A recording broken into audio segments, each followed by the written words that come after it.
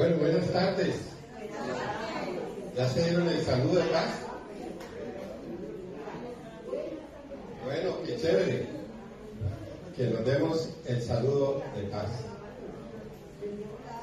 Qué bueno que estemos aquí, contentos, agradecidos con Dios por habernos traído a que el Señor nos llene de su presencia, de su amor, y que podamos hoy disfrutar de esa palabra que es viva y eficaz, más cortante que espada de filo. Dice la palabra de Dios, continuamos hoy con la iglesia de Esmirna, la iglesia sufriente, pero también la iglesia bajo el ataque. ¿De quién? Del acusador y del mentiroso más grande de toda la historia del universo, que es el demonio. El Espíritu Santo de Dios nos dice: y escribe al ángel de la iglesia en Esmirna, el primero y el postero, el que estuvo muerto y vivió, dice esto. Es Apocalipsis 2, del 8 al 11. Apocalipsis 2, del 8 al 11. La aparente verdad a lo largo de la historia de la iglesia del Señor desde Pentecostés hasta este momento es una contradicción, es algo absurdo, que entre más se ha perseguido la iglesia, se ha maltratado, la han golpeado, mayor es la pureza, mayor es la fe y mayor es la fuerza que ha tenido la iglesia desde Pentecostés hasta hoy. La iglesia en Rusia fue terrible. Era hace 2-3 siglos atrás. Fue realmente impresionante. Una persecución terrible. Lo mismo en China. Ha sido una persecución, pero entre más los encarcelaban y entre más les prohibían, más los auténticos cristianos lo hacían. Ahora, la Biblia nos dice algo en el libro de Hebreos, en el capítulo, Santiago, en el libro de Santiago, sí, verso del 2 al 4, nos dice: es inevitable el sufrimiento. Sí, no, Santiago 1, 2 al 4. Es inevitable el sufrimiento, la persecución, las calumnias, todo, la adversidad. Y Santiago nos dice, del 2 al 4, hermanos míos, tened por sumo gozo cuando os halléis en diversas pruebas. Porque la prueba, aquellos que hemos pasado por las pruebas que Dios nos ha permitido pasar, terminan en una bendición enorme y en un compromiso y en un amor mucho más agradable en el corazón de nosotros cuando pasamos por pruebas, por dificultades. ¿Por qué? Porque las bendiciones cristianas más duras, más fuertes, ¿es para qué? Para formar una fe firme, una fe auténtica, que pasa ¿por dónde? Por el horno de la aflicción, por el horno de la adversidad. Es por eso que nos habla: tened por gozo, por alegría, cuando os halléis en diversas pruebas, sabiendo que la prueba de vuestra fe, ¿qué produce? Paciencia. Mas tenga la paciencia su obra completa. ¿Para qué? Para purificarnos, para refinarnos, para salir mejores hijos de Dios, mejores creyentes, mejores instrumentos en las manos de Dios. Y cabales, sin que falte cosa alguna. Es inevitable. Cuando yo quiero realmente agradar a Dios, espere la calumnia, espere el improperio, el insulto, la burla, espere la traición, espere chisme, todo eso, que a veces le levantan a aquellos que realmente están defendiendo la verdad de la palabra de Dios. Dice segunda de Timoteo 3:12.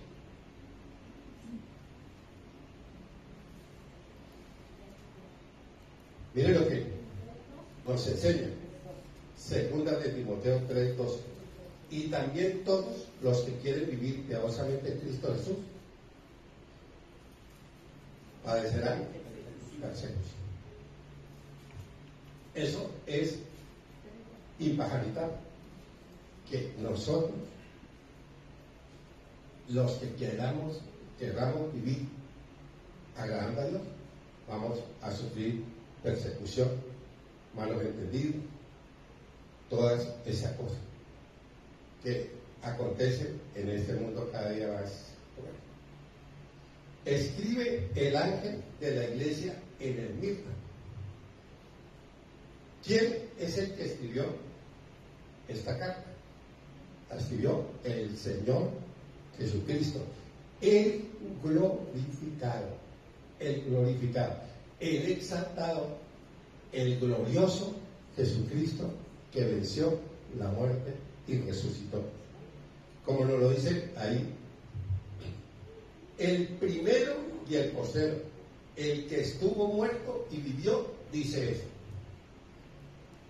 En la visión de la gloria de nuestro Señor Jesucristo en el capítulo 1 de Apocalipsis, el verso 17 y 18. Cuando le vi, caí como muerto a sus pies, y él puso su diestra sobre mí, diciéndome: no temas, yo soy el primero y el último, y el que vivo y estuve muerto, mas he aquí que vivo por los siglos de los siglos. Amén. Y tengo la llave de la muerte y del Hades. Esto es una verdad, de que el primero y el último, el que estuvo muerto, pero vive. Ahora, en el Antiguo Testamento, la primera parte, el primero y el último, es para referirse al Señor. Miremos lo que nos dice Isaías 44:6.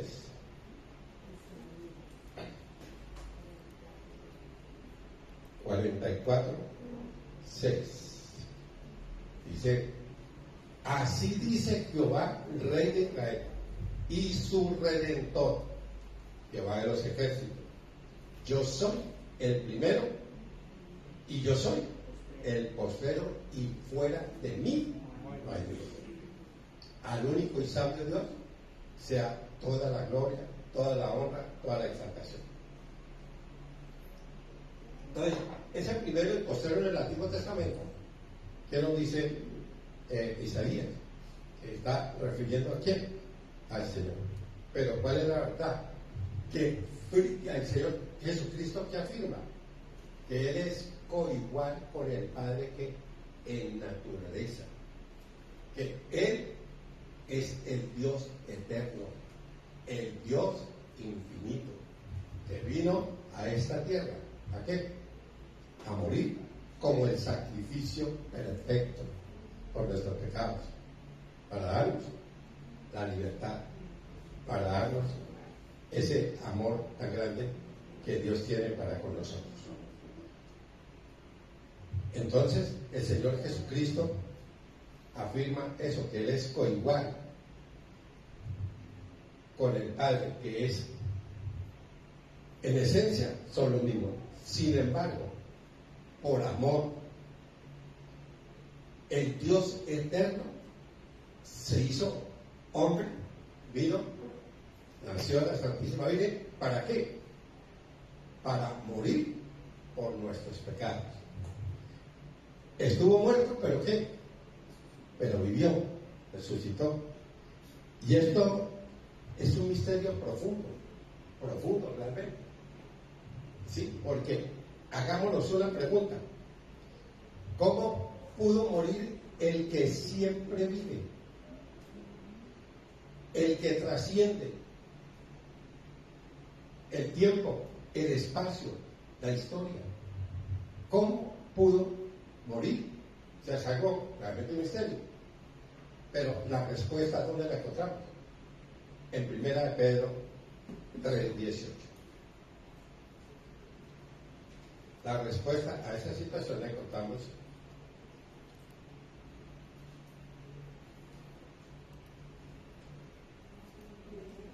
Primera de Pedro 3:18. Dice así la infalible palabra de Dios. Porque también Cristo padeció en su humanidad, en su encarnación, cuando vino a esta tierra, en la forma humana, una sola vez, por los pecados, el justo por los injustos, para llevarnos, ¿a dónde? A un conocimiento de Dios, a disfrutar de la paternidad de Dios, siendo a la verdad muerto ¿en qué? En la carne, muerto en la carne. Él murió literalmente cuando se encarnó en la humanidad para venir ¿a qué? A salvarnos a nosotros. ¿De dónde? De la condenación eterna, para darnos vida.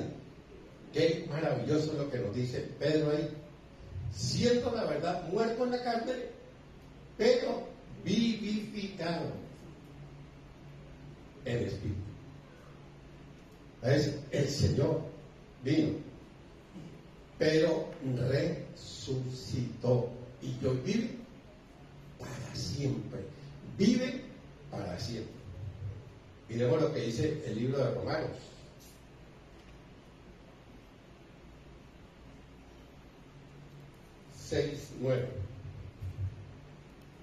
Sabiendo que Cristo, habiendo resucitado de los muertos, sabiendo que Cristo, habiendo resucitado de los muertos, ya no muere. ¿Por qué? Porque la muerte no se enseñoreará de él. ¿Por qué? Porque él triunfó, él resucitó y le dio el golpe certero a lo que más ocasiona temor en esta humanidad, que es ¿qué? La muerte. Es por eso que nosotros tenemos la tranquilidad, la seguridad y la confianza de que Cristo venció la muerte, y que Cristo, como está en nosotros tenemos vida eterna, que tenemos esa bondad tan grande del Señor en nuestra vida. Vive para siempre. Por eso, ¿qué hizo el Señor en esta carta a la iglesia de Esmirna? Una iglesia que estaba pasando por un sufrimiento, por una persecución, por golpes, por pobreza, por miseria. Imagínense los ricos que habían en Esmirna, con el tiempo les quitaron todo, y era una iglesia extremadamente pobre.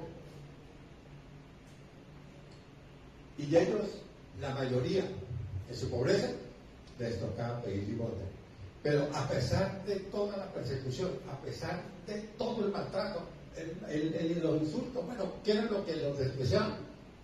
Se mantuvieron firmes. ¿Por qué? Con el Señor. Se mantuvieron ahí bien. ¿Y qué es lo que hace el Señor en esta carta? ¿Qué les da? Un consuelo a ellos, le lleva un consuelo, que se acuerden que Él está por encima de lo temporal, que Él traspasa lo temporal, y que ellos también estaría ¿qué? En la presencia de Dios. Que lo que estaban sufriendo en el momento que era pasajero. ¿Y qué les esperaba? ¿Qué les esperaba? Pues una eternidad en el cielo, porque el Señor traspasa lo temporal, supera lo personal, y les recordó que yo soy la resurrección y la vida. El que cree en mí, aunque esté muerto, vivirá, porque todo aquel que cree esto no morirá eternamente. ¿Crees esto? ¿Crees esto? Claro. Nosotros lo creemos con todo nuestro corazón. Es por eso que el escritor entonces es el Señor Jesucristo, que describe a la iglesia de Esmirna. Recordando una cosa, a todos los que pasamos por momentos difíciles, recordemos una cosa, ¿cuál? Que el sufrimiento que soportó el Señor, nunca nadie podrá igualarlo de la manera tan severa y tan fuerte que fue ese sufrimiento del Señor, no solamente en Getsemaní, sino ¿dónde? En la cruz. Segundo punto, vamos a ver la iglesia de Esmirna. Y escribe el ángel de la iglesia en Esmirna, el primero y el postero, el que estuvo muerto y vivió, dice esto. Ya hemos visto. La iglesia en Esmirna, a finales del primer siglo, 150 años después, la vida era difícil, era muy peligrosa para los creyentes, para los cristianos, para los hijos de Dios. Era algo realmente muy difícil vivir ahí en Esmirna. ¿Por qué? Porque esta ciudad de Esmirna era, pero totalmente entregada ¿a quién? Al Imperio Romano.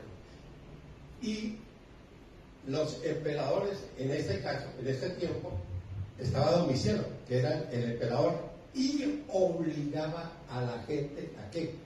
A adorarlo, porque era considerado ¿qué? Dios. Los emperadores eran considerados Dios. Entonces Esmirna estaba totalmente entregada a la idolatría y adoraba la ciudad. Adoraba ¿a quién? Al emperador y a todos los ídolos y todos los dioses que tenían ellos. Por eso era una situación muy difícil la de la iglesia de Esmirna. El emperador obligaba a la gente a adorarlo, y si no lo adoraba, pues la persecución era cruel y la muerte era inevitable si no adoraban, si no estaban en la fiesta y todo lo que demandaba el imperio para ellos. Y lo más increíble de esto es que su pastor, que era Policarpo, fue muerto. Y la historia de este hombre es algo fenomenal, extraordinario. Un hombre de una convicción profunda y de un amor a Dios inquebrantable. Cuando ya la cosa se puso difícil y que Policarpo era el que mandaba a la iglesia de Esmirna, pues comenzaron a perseguirlo. Entonces le dijeron todos los discípulos, le dijeron la familia de Esmirna, le dijeron por favor, pastor Policarpo, por favor, váyase porque lo van a matar. El hombre les hizo caso y se fue, pero cerquita, ahí, a un pueblito, y ahí estaba. Pero más tarde, imagínate, dos familiares lo vendieron. Entonces llegaron allá y le contaron. Y cuando él llegó, él pudo haber escapado, pero yo no. Que se haga la voluntad de Dios, y hasta aquí es, pues que se haga la voluntad de Dios. Entonces llegaron, ¿usted es Policarpo? Dijo, sí, y soy cristiano. De una vez les digo, ¿qué? ¿Y lo venimos? Listo. Solamente les pido una cosa, por favor. Deben una hora para orar. Deben una hora para orar. Y se la permitieron. Y el hombre comenzó a orar. Y la oración se fue a 2 horas. Una oración que tocó el corazón de los que venían a llevárselo. Muchos se convirtieron, porque era una gente que mandaron bastante. Varios se convirtieron. Este es un hombre limpio, íntegro. Este es un hombre puro. Este es un hombre. Y la oración llegó a lo profundo del corazón. Cuando ya completaron las 2 horas, vino el tribuno y se lo llevó. Y le dijo: si usted reconoce que César, no Carrillo, sino César, el emperador, es Dios, nosotros lo votamos. Si usted blasfema de Cristo, nosotros lo votamos. No. Si usted, pero hágalo, es su vida. Yo, no, yo no voy a hacer eso. ¿Pero por qué no? No, porque este 86 años, Dios ha sido bueno conmigo. Yo como voy a, ahorita ya estamos allá para irme, ¿cómo me voy a ir a echar para atrás? Bueno, si no blasfema de Cristo, lo vamos a echar a las fieras. Tráiganlas. Si no reconoce que el emperador es Dios, entonces lo quemamos vivo. Quémelo.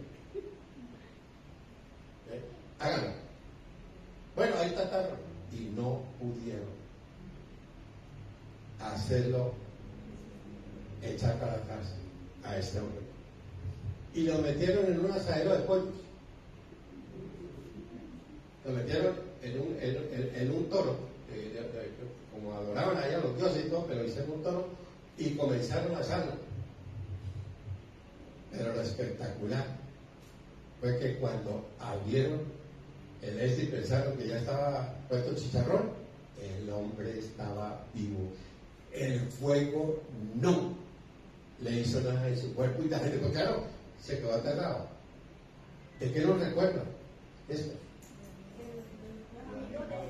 Los amigos de Daniel, que Nabucodonosor los envió a un horno, pero que estaba bien caliente. Bueno, se quedaron todos sorprendidos. ¿Y qué hicieron? Cogieron una daga y lo degollaron.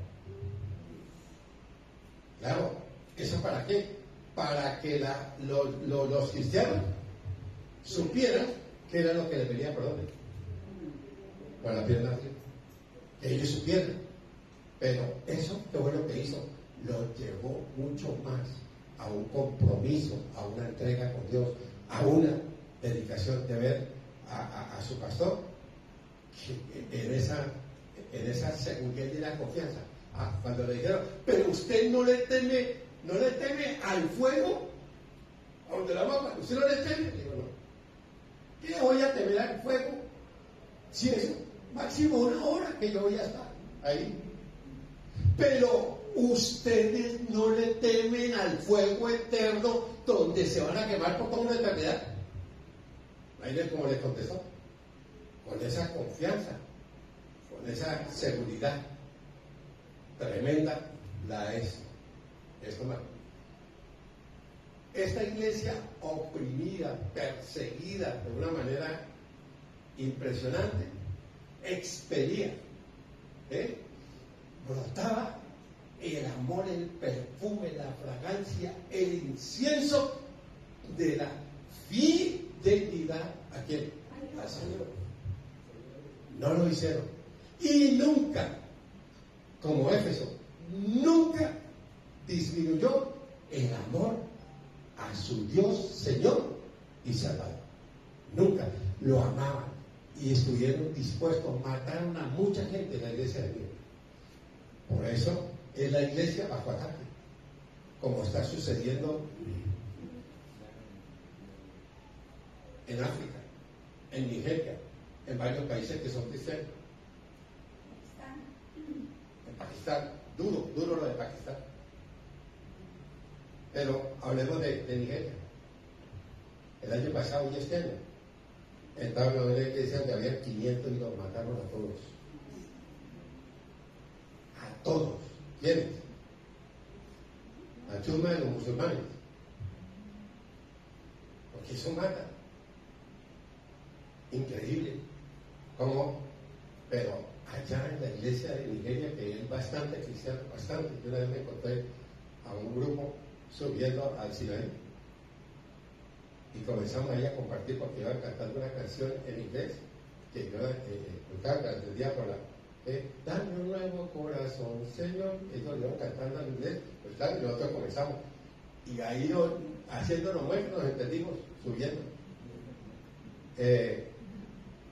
y disfrutamos ese día, pero la persecución ha sido cruel, pero dura allá. Hay que orar por la iglesia en todo lo que es en África, en Asia, en Pakistán. Es impresionante cómo hacen de una crueldad como tratan a los cristianos. Aquí nosotros, como estamos más frescos que nada de nervios, ¿verdad? Tercero, la ciudad, como hemos visto, era pero entregada ¿a quién? A Roma.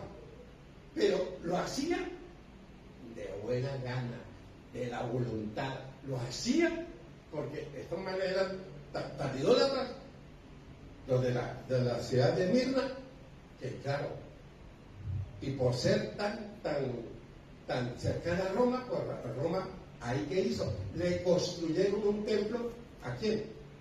Al emperador, a Domiciano. Y después le hicieron templo a los ídolos, a los dioses, a Zeus, a Apolo, a Afrodita, a Esculapio. Le hicieron un panteón ahí de ir para sus dioses para adorar. Eran idólatras, y llamaban ¿a quién? A Roma. Y claro, pues Roma ¿cómo era? Con el Mirna, pues eso era totalmente agotado. Todo era para qué? Para Mirna.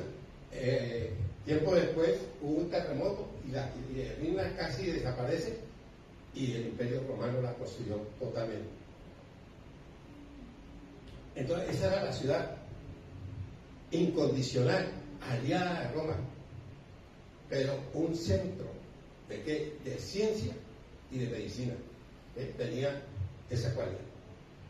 Cuarto punto, el elogio. No eulogio, sino el elogio. Yo conozco tus obras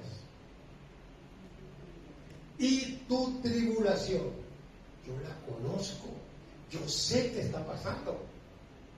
Dios conoce porque es omnisciente y es omnipresente. Yo conozco tu tribulación. Yo conozco. Tribulación en griego significa presión. Tenían una presión permanentemente. Los atacaban permanentemente. Sufrían por el amor y la fidelidad y la lealtad al Señor Jesucristo. Entonces los atacaban impresionante. 3 razones por qué tanto odio y tanta hostilidad a los creyentes en el Mirna. El primero, porque eran fanáticamente adoradores de Roma y de todos los dioses, y de todos los dioses de los que acabé ahorita de nombrar. El centro principal de la adoración del Imperio Romano allí en Asia ¿era dónde? Era ahí, en el Mirna. Ustedes pueden imaginar.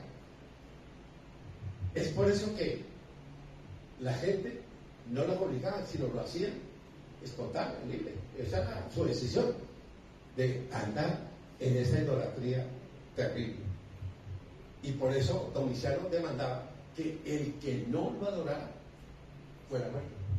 Y ahí es donde mataron a más de uno de allá de la iglesia. Los cristianos, ¿qué hacían? Se sometían a la autoridad civil, pero cuando les demandaba que tenían que adorar al emperador, ahí no lo hacían, lo mataban, mátenlo. Y hubo una cantidad de muertos, porque no adoraban al emperador. Eran muy entregados al Señor. Se negaban totalmente. ¿Y el emperador qué hacía? Los rechazaba. ¿Y qué los acusó? De revolucionarios, de estar en una anarquía y en una rebelión y descargaron la ira. Toda la ira del Imperio Romano vino sobre esa iglesia. Y mantenían su fe salvadora. ¿Qué ejemplo tan extraordinario de una convicción? ¿Por qué? Porque tenían la seguridad de la vida eterna. Y claro, todo eso aquí es pasajero. Y cuando yo entiendo lo que es la vida eterna, pues yo no cedo a lo que Dios quiere para nosotros. Es por eso que no se sometían a la adoración. Punto 2. Los rechazaban y los perseguían porque ellos rechazaban el paganismo, la adoración a los dioses, a los templos. Ahí había 5 templos de los dioses de ellos. Cibeles, Sedón. Entonces, como no adoraban, ¿qué hacían? Los trataban de ateos. ¿Por qué? Porque no adoraban al emperador y a los dioses de ellos, pero adoraban a un Dios invisible. Adoraban a Jesucristo, que para ellos era invisible, que no existía. Entonces eran tratados de qué? De ateos. O sea, por todos los lados le buscaban la caída a este rebaño espectacular de hombres comprometidos con el Señor. Y la última razón, y esta sí es realmente increíble. Yo conozco tus obras y tu tribulación y tu pobreza, pero tú eres rico. Y la blasfemia de los que dicen ser judíos y no lo son, sino sinagoga de Satanás. El más grande blasfemo de toda la historia, Satanás. Estos judíos decían que ellos eran de Dios. Y no, ¿quiénes eran? Eran sinagoga de ¿dónde? De Satanás. Porque los judíos, que la inmensa mayoría eran ricos, ¿qué hacían? Odiaban al Señor Jesucristo, odiaban a los cristianos. Y esos eran los que vendían. ¿A quién? A los cristianos, a los judíos cristianos, los vendían, los señalaban, los juzgaban, los perseguían. Y claro, ellos decían que eran de la sinagoga de Dios, pero mentira, como el Señor les dijo en Juan 8:44. Vosotros sois de vuestro padre el diablo y los deseos de vuestro padre que les hace. Ustedes son sinagoga de Satanás, ustedes no son sinagoga de Dios. ¿Y eran quiénes? Los judíos, y que la mayoría eran ricos, y perseguían con un odio, con una sevicia, perseguían a los cristianos para hacerlos echar para atrás. Ahora, aquí hay una pregunta bien interesante. Un escritor, Harold Krusner, escribió un libro. Y el libro tenía este título: ¿por qué a los hombres buenos les suceden cosas malas? Y un gran hombre de Dios, en su sabiduría y en su inteligencia, el hombre afirmó, dio esta respuesta espectacular, clásica, única. La respuesta de este gran hombre de Dios dijo: ¿por qué a hombres buenos les suceden cosas como a los hombres malos? Y la respuesta de él fue: todavía no he conocido a ninguna persona buena en esta tierra. Y yo no la conozco. Entonces le puedo decir, claro, no hay bueno ni uno. Entonces, sobre todo, ¿por qué suceden cosas? Porque la fe de nosotros no es auténtica. Es A nosotros nos gustan las bendiciones de Dios, pero no la persecución. No es sufrimiento, no es dolor, no es la adversidad. ¿Por amor a quién? A Cristo. ¿Y cuántas veces nosotros negociamos los principios? ¿Por qué? Por migajas que nos da el mundo, ¿verdad? Entonces, era increíble lo que estaba pasando ahí y lo rechazaban, claro. Por eso, por la blasfemia de que ellos acusaban de nosotros de que estaban siguiendo a un Dios que no era Dios, de lo que ellos pensaban, cuando el mismo Dios que les dice son sinagoga de Satanás. No es una sinagoga de Dios, porque me están persiguiendo a mí. ¿Están persiguiendo a quién? A mis hijos. ¿Y qué le dice el Señor? Yo conozco tus obras y tu tribulación y tu pobreza, pero tú eres ¿qué? Rico. Y aquí viene algo pero bien sensacional de esto. Satanás siempre tratará ¿de qué? De quitarnos la fe. Y lo insiste, pero no puede con la fe salvadora que nuestro Señor Jesucristo colocó en nosotros. Intenta, pero nunca podrá quitarnos esa verdad en nuestro corazón. La fe salvadora que el Señor Jesucristo colocó en nuestros corazones. Es por eso que tú eres rico. ¿Qué implicaba eso? ¿Qué importancia tenía? ¿Y qué era que lo que ellos tenían? ¿Qué tenían? Obediencia, gracia, paz, compañerismo. El Salvador y el Consolador y la salvación. Eran ricos. Cuando el Señor le dice, ustedes son ricos, aunque era, literalmente, físicamente, eran pobres, eran como lo más despreciado del mismo. Pero la riqueza de ellos, es que esta es la verdadera riqueza. Y el Señor le dice, ustedes son ricos. Ustedes son pobres, pero tú eres rico. Y eso es la tranquilidad que uno tiene de la gracia y de todo lo que Dios nos regala. La rica iglesia pobre, pero la típica riqueza espiritual era rica espiritualmente en su doctrina, en su obediencia, en su consagración, en su dedicación a Dios. Era una iglesia extremadamente rica. Quinto, el mandato. Verso 10. No temas en nada de lo que vas a padecer. Imagínense lo que Dios les dice. El Señor les dice. Imagínense todo eso y le dice, no temas en nada. Yo estoy con ustedes. Yo estoy ahí. No teman. Les advierte. ¿Qué les advierte? Que viene, que viene. Yo conozco tus obras y 10. No temas en nada de lo que vas a padecer. Yo le advierto. ¿Y qué les dice? Y aquí el diablo echará a alguno de vosotros en la cárcel. ¿Por qué Dios permitió que la iglesia de Mirna con tanta maldad y advierte? No, hasta ahora no ha pasado nada. Ahora sí viene lo bueno. En intensidad, pero en un corto de tiempo. Y mire lo que dice.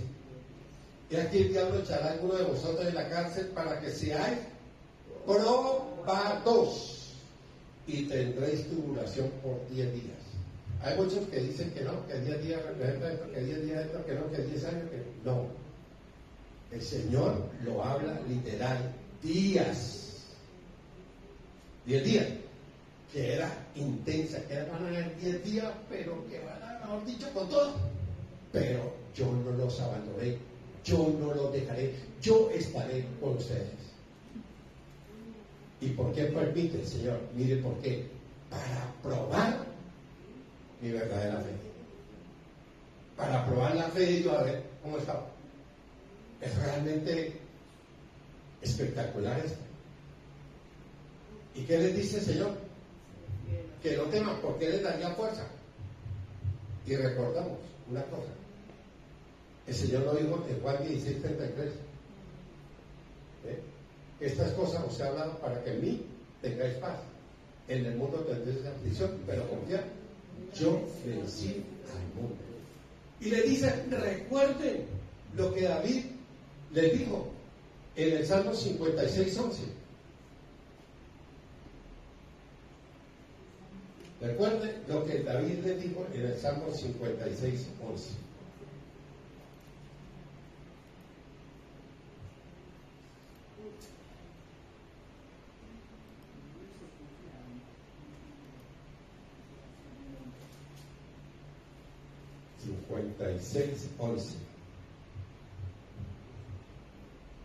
En Dios he confiado, no temeré. ¿Cuándo lo escribí? Cuando Saúl lo tenía ya aquí. Pero el cuenta ya está cerca. Y cuando Saúl canta victoria, le llegó, alguien le dijo, una incursión de tal y camine que nos invadieron. Y por eso David escribió en el Salmo 56:11: en Dios he confiado, no temeré que puede hacerme que el hombre.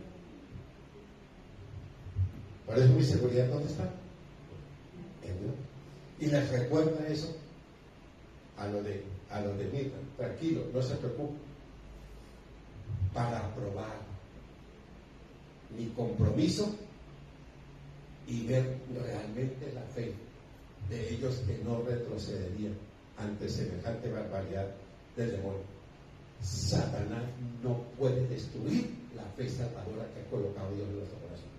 Venga lo que venga, no podrá destruir y no tendrá éxito. ¿Por qué?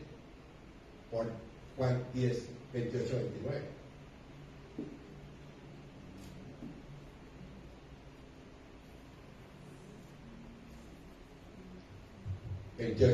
Yo les doy ¿qué? Vida eterna, y no perecerán jamás, ni nadie las arrebatará de mi mano. Mi Padre que me las dio es mayor que todos, y nadie las puede arrebatar de la mano de mi Padre. Esa es una verdad absoluta. Ahora, acordémonos de algo. ¿Quién es el que me acusa? ¿Quién es el que acusa? El pervertido diablo, el acusador. Y miremos qué pasó con Job. Con Job.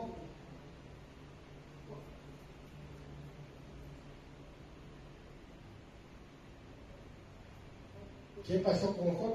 Dice que llegaron ahí en el verso 6, un día vinieron a presentarse, 1:6. Un día vinieron a presentarse delante de Jehová los hijos de Dios, entre los cuales vino también el acusador, Satanás. Y dijo Dios, ¿no visto a Job? Perfecto, recto, temeroso, apartado del mal. 4 cosas. No, pero usted está como liado de todo, pues imagínate, ¿verdad? Usted lo ha protegido y liado de todo, pero quítenlo. Ahora acá. Y mire lo que hizo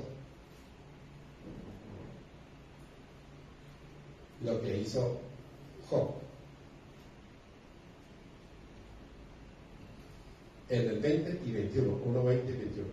Entonces Job se levantó y rasgó su manto, rasuró su cabeza y se postró en tierra y adoró.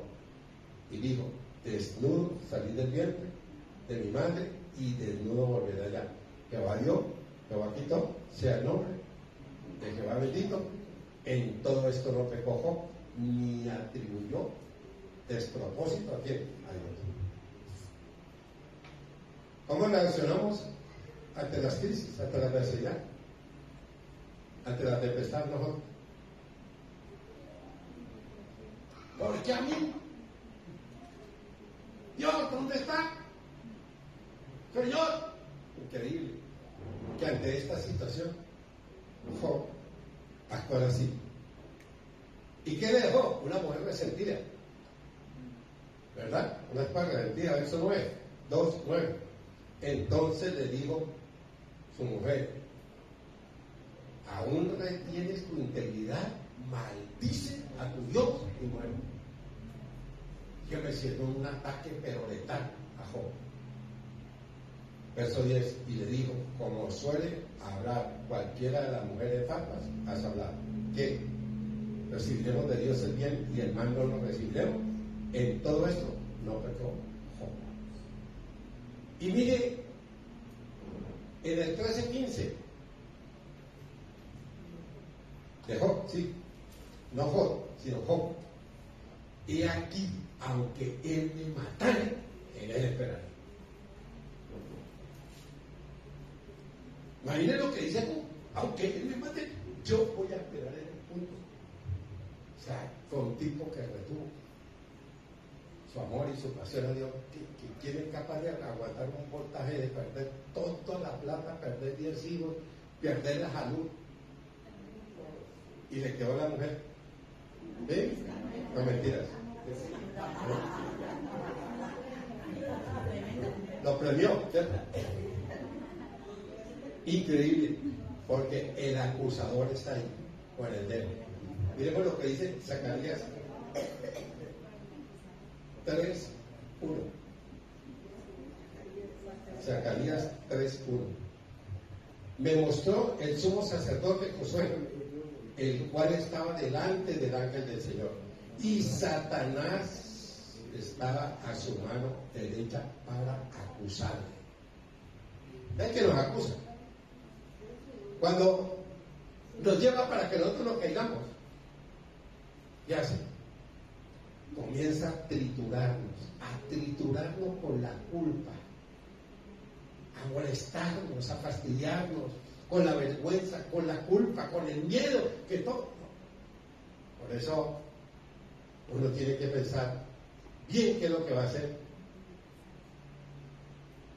cuando se suelta de la mano de Dios, porque ahí está el sinvergüenza, con la vergüenza, con la culpa, con el miedo, con el temor, acusando permanentemente a los hijos de Dios, pero no podrá. Los ataques son auténticos, pero nunca podrán quitar nuestra fe salvadora. ¿Sí? Es por eso que,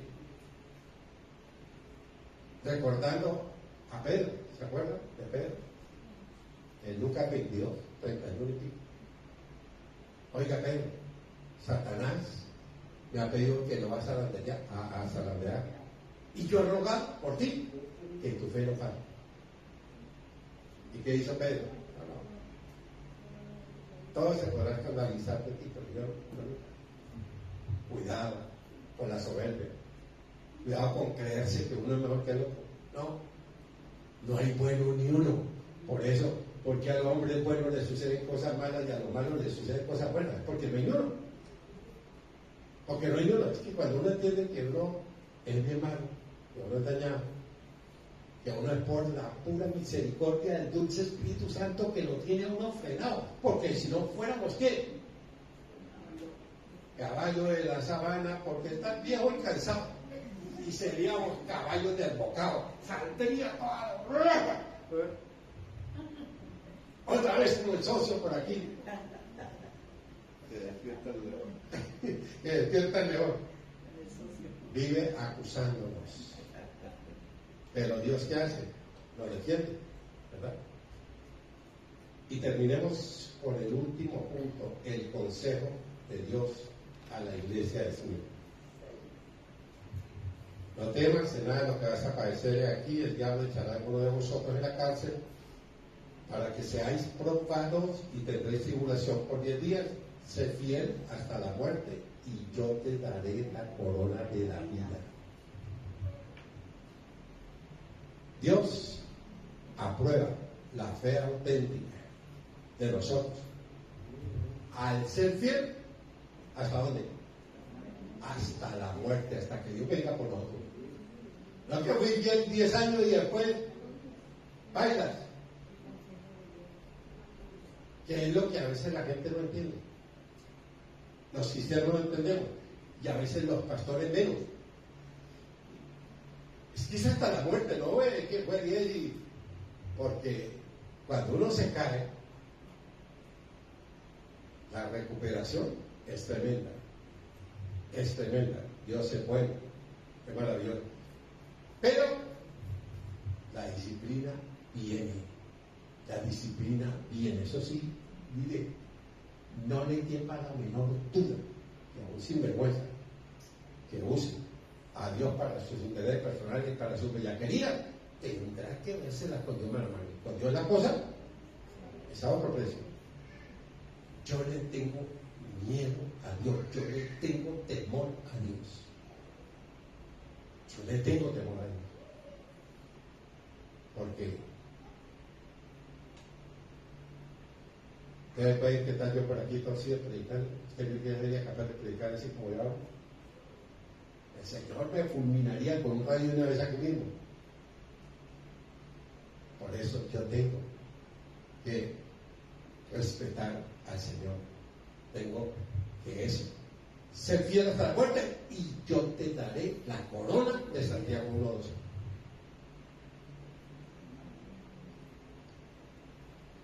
Yo te daré la corona de Santiago 1:12.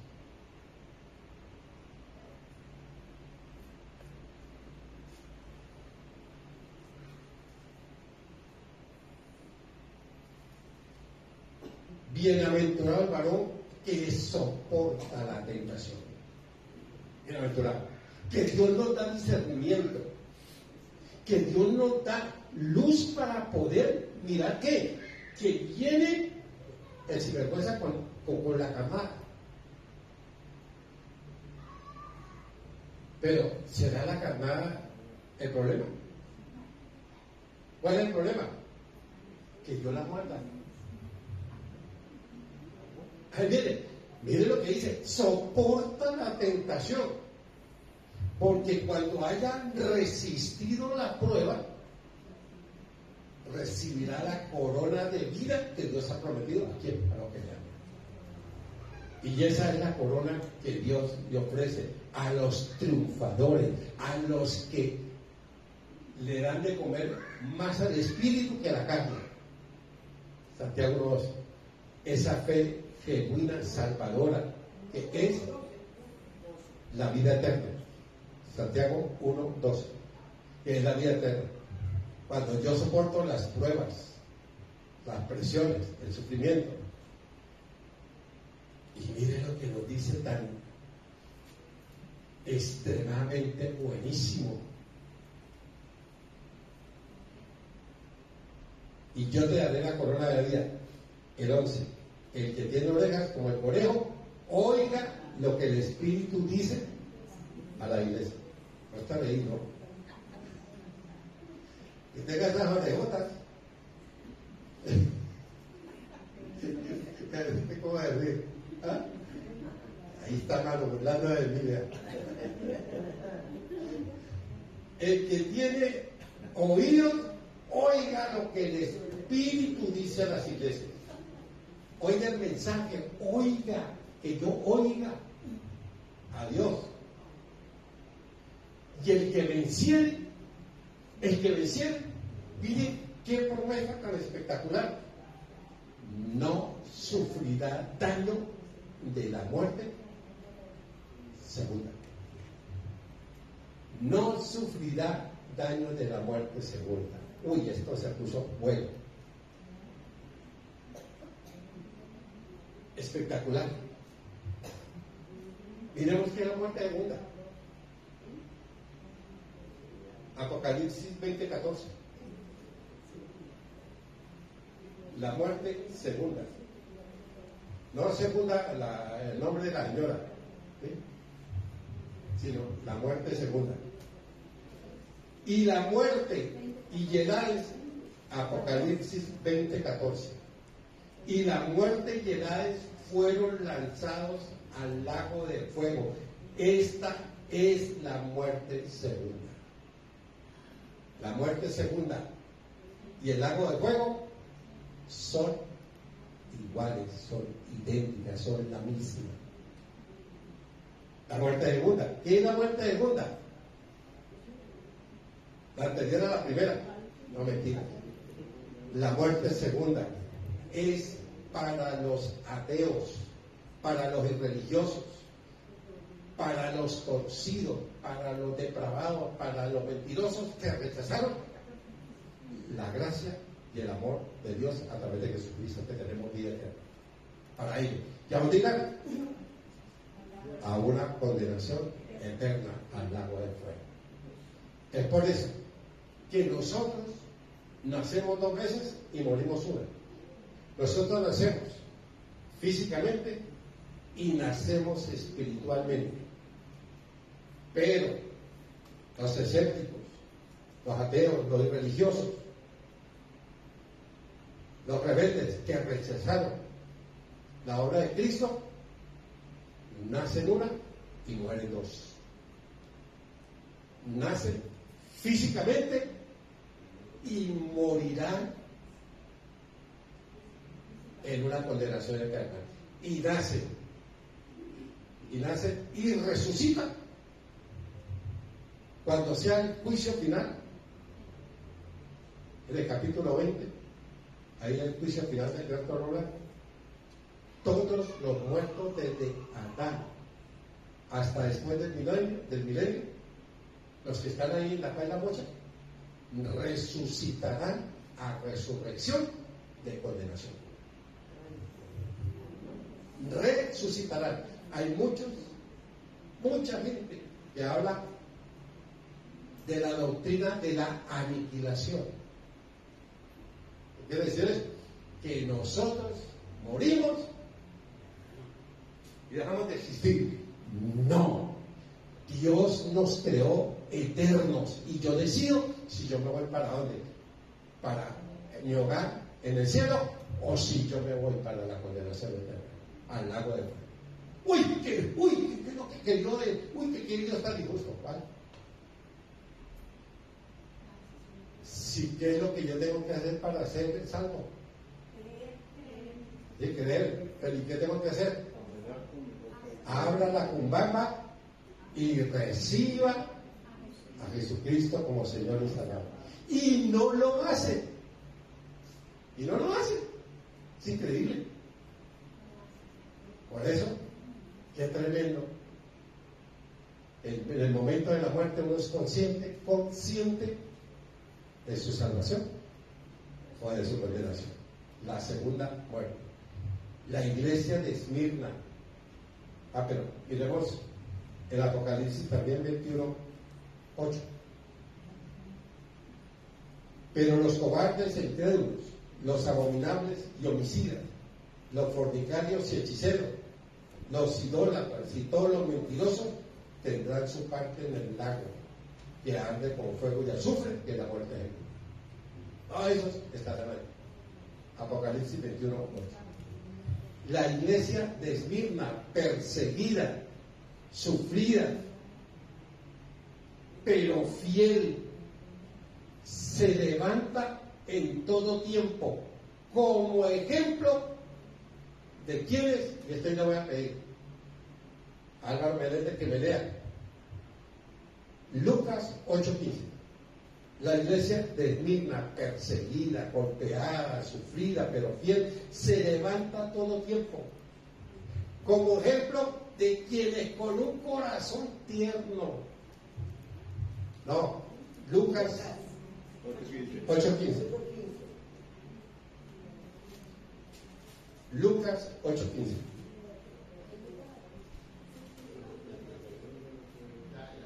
La iglesia de Esmirna, perseguida, sufrida, pero fiel, se levanta todo tiempo como un ejemplo.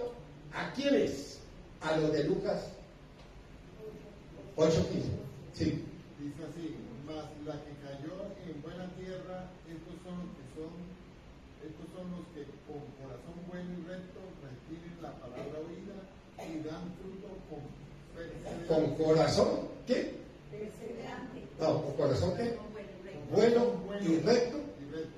Retienen la palabra y llevan fruto con perseverancia. Y también para los de Mateo 10:32. Mateo 10:32.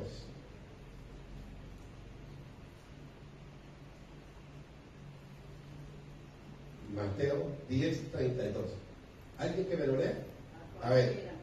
A cualquiera pues que me confiese delante de mi Padre que está en los cielos. Sigan. Y a cualquiera que me niegue delante de los hombres, yo también le negaré delante de mi Padre. El que me confesare delante de los hombres, yo lo confesaré que este es mi hijo, que este es mi hermano. Delante de Dios. Pero el que me niegue, yo también lo niego. ¿Qué es lo que dice? Imitar a la iglesia de Mirna, ¿en qué? En la fidelidad, en la lealtad. Maravilloso. Y permítame terminar con una anécdota, pero bien linda. El dolor, el sufrimiento planta la bandera, y la bandera de la realidad en la fortaleza de un corazón rebelde. El dolor planta la bandera de la realidad en la fortaleza de un corazón rebelde. Dios, cuando estamos felices, dichosos, alegres, contentos, nos susurra al oído. Cuando estamos en el placer, nos susurra. Cuando nos habla con su voz, habla nuestra conciencia. Pero en el dolor nos grita. Oiga, en el dolor nos grita.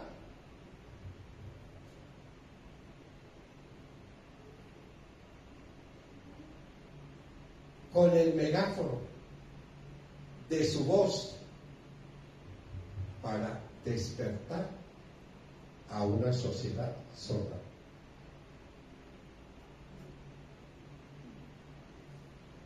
En el dolor nos gritan. ¿Para qué? Para que nosotros nos despertemos. En una sociedad sorda. Por eso el dolor muchas veces son bendiciones disfrazadas. Y ahí es donde uno le da gracias a Dios cuando uno sale de esa situación. Vamos a orar, démosle gracias a Dios por este tiempo.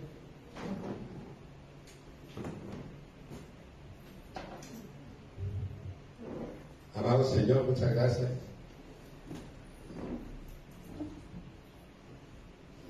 Porque la iglesia está en un ataque. Porque el príncipe de las tinieblas sabe que le queda poco tiempo. Y por eso tenemos que estar pilas. Tenemos que estar alertas. Tenemos que estar como los Boy Scouts, siempre listos a oír la voz de Dios.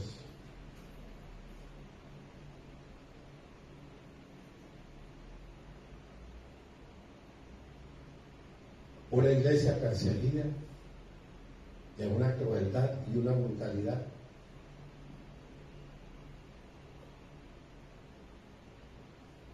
Por un imperio perverso como era el imperio romano. Y que subían a la altura de los emperadores de Dios. Y que obligaban a todos los súbditos del imperio que los adoraran. La iglesia de Esmirna no permitió que eso sucediera por su fidelidad a Dios.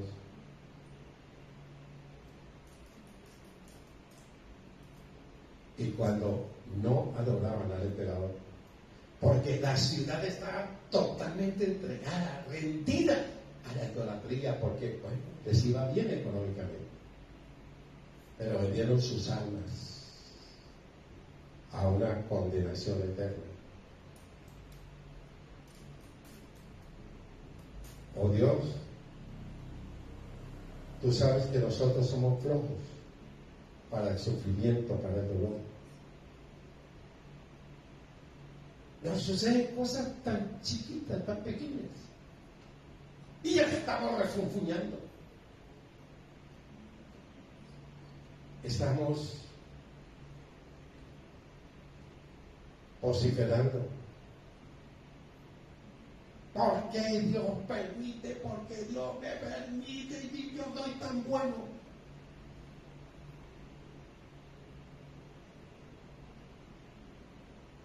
Maravilloso Dios, por favor vuelve nuestros corazones a ti.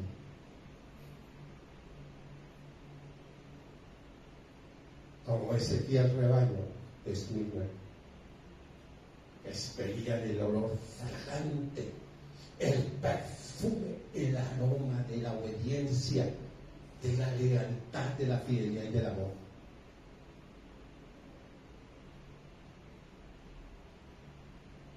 Por más golpes, sufrimiento, pobreza, miseria,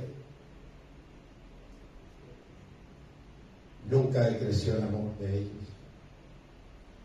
porque amaban a su Dios, Señor y Salvador. Porque aquel que trasciende el tiempo, el espacio y la historia, que trasciende lo temporal, lo efímero, lo que es esto, trasciende a la vida eterna, consolaba a ellos. Recuerden que ustedes son ciudadanos de los cielos. Y yo no lo recuerda a nosotros. Recordemos que nosotros somos ciudadanos eternos de los cielos.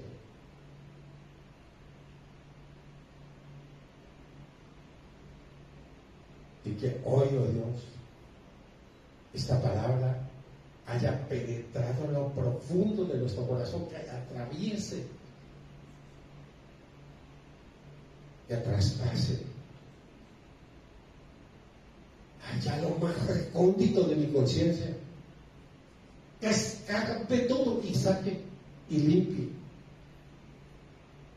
y que podamos decir con el rey David: lávame más y más de mi maldad y límpiame de mi pecado. Porque yo reconozco mis rebeliones y mi pecado está siempre delante de ti. Porque contra ti he pecado y he hecho lo malo delante de tus ojos. He aquí que tú amas la verdad de lo íntimo y hoy me has hecho comprender sabiduría. Oh Dios, ¿qué tal que a nosotros nos mataran? Que nos mandaran a la cárcel,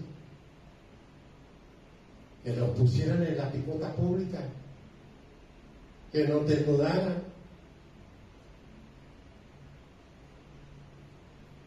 Oh Dios, las iglesias quedarían vacías totalmente hoy, porque muchos van a la diversión, al morbo, van a que los entretengan, no a que los confronten con la realidad de su corazón. Porque están en la zona de confort. Y toditico te lo consiento, pero no me toquen ese vals porque me matan. No me hablen de la verdad de Dios. Háblenme mentiras, háblenme cosas halagüeñas. Dígame que voy a prosperar, que voy a tener bendición, que voy a estar disfrutando de la prosperidad tuya, Señor. No. No. El diablo siempre trata de acusarnos y de que entremos en una vergüenza y en una confusión, pero nunca podrá con la fe salvadora, el restauradora de Jesucristo nuestra vida. Lo intentará como lo hizo con Job, pero no lo pudo, y lo intentará con muchos de nosotros. Pero te pido, dulce maestro inspirador de la Biblia, te pido que tú tomes el control absoluto de nuestra vida, para cuando vengan con su farsa, con su mentira, con su aparente luz, pero que son tinieblas, yo pueda discernir y poder enfrentarlo con autoridad. La sangre de Jesucristo me cubre a mí, de todas maneras. Oh Dios, que hoy se levante verdaderos adoradores en espíritu y en verdad. Oh Dios, que esta palabra llegue y produzca el fruto. Y que tú guardarás en completa paz aquel cuyo pensamiento en ti persevera porque en ti ha confiado. Porque tú das esfuerzo alcanzado y multiplica las fuerzas al que no tiene ninguna. Los muchachos flasquean y caen. Los jóvenes se fatigan y se cansan. Pero los que esperan en el Señor tendrán nueva fuerza, levantarán vuelo como el águila, correrán y no se cansarán, caminarán y no se fatigarán. Por cuanto en mí ha puesto su amor, yo también lo libraré. Les saciaré de larga vida y le mostraré mi salvación. Oh Dios, gracias, que quede grabado esta iglesia dentro de nuestro corazón y continúa con nosotros, Señor. Ahora te pido que tú abras la ventana de los cielos y ahora derrame bendición sobre Pablo Santa que la Buda. Derrame bendición, papito Dios. Porque hay alegría en tu corazón, papá. Yo sé que hay alegría en tu corazón. Papito, ahora respóndeme cuando clamo, oh Dios de mi justicia. Cuando estaba en angustia, tú me hiciste ensanchar. Ten misericordia de mí, yo en mi oración.